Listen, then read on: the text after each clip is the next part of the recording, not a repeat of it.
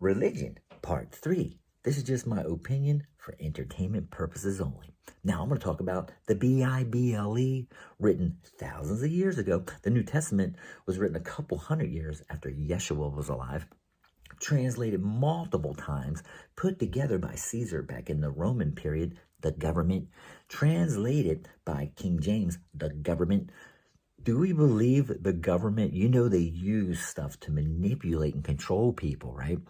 Did you know that the story of Adam and Eve, the Tower of Babel, and Noah actually existed in other texts thousands of years before the Bible?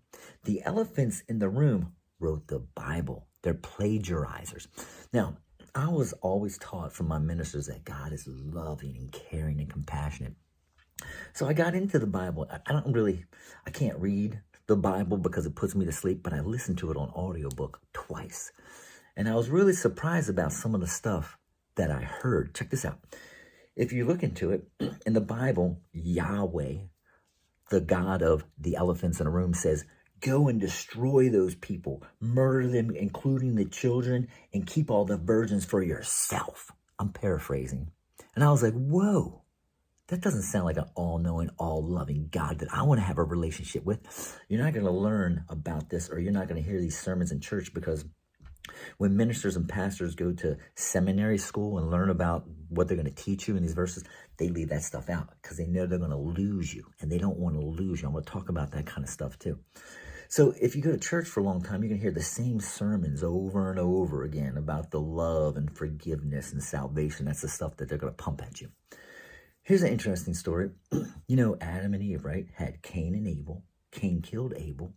And then Yahweh kicked Cain out of the Garden of Eden. And Cain's like, don't send me out there because people are going to kill me.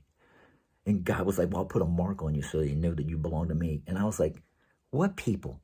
I thought it was Adam and Eve were the first humans. Now, look, there was other people back then. There was other gods back then. And Yahweh is the God of the elephants in the room.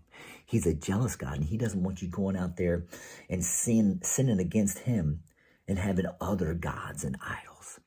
Very controlling. I could go on all day long about all the problems in the Bible. It's not written by an all-loving, all-knowing God. It is written by man.